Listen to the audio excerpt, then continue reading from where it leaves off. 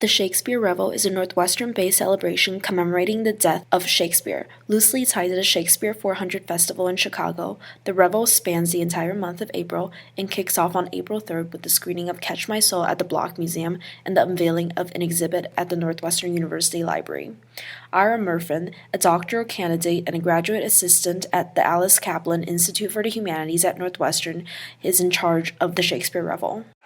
We've programmed a few different things that are really about thinking about the way that Shakespeare's legacy has evolved and changed and migrated across different disciplinary contexts.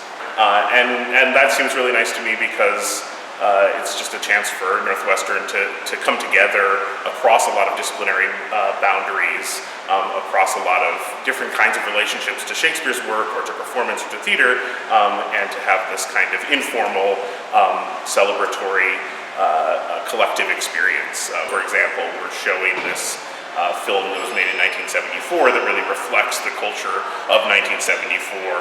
It's called Catch My Soul. It's an adaptation of Othello, but it's this kind of psychedelic rock opera. But then next week we're presenting Professor Gina Bloom from UC Davis, who's developed this game called Play the Knave, which is an interactive video game. That's something that really reflects the kind of new media moment that we're in now. And they're both sort of have their gaze directed at Shakespeare, even though they also sort of speak to what's happening in their own times. Shakespeare becomes so much more than the content or the plot or the narratives of his plays, right? He becomes this kind of cultural signifier that people use and reuse in different ways.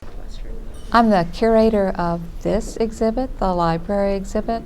I think of things to put in the exhibit and go to the variety of collections because the exhibit's from a number of different places. They're a team of people who actually work on getting it ready for the exhibit. This exhibit is a little bit of this and a little bit of that, and it actually starts back in Shakespeare's day with a case that has copies of our rare books. So we start back in his era, but we also, this exhibit moves through the centuries.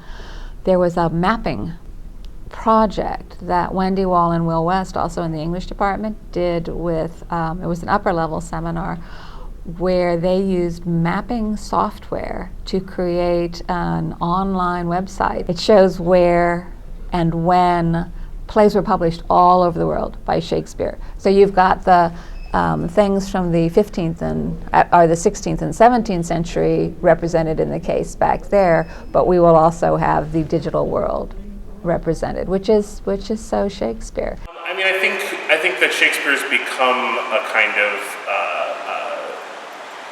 cultural product, cultural mark of cultural capital that people use in lots of different ways as a reference point and something to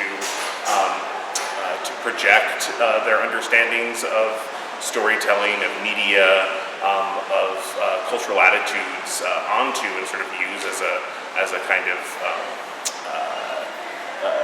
interpretive tool to think through current issues.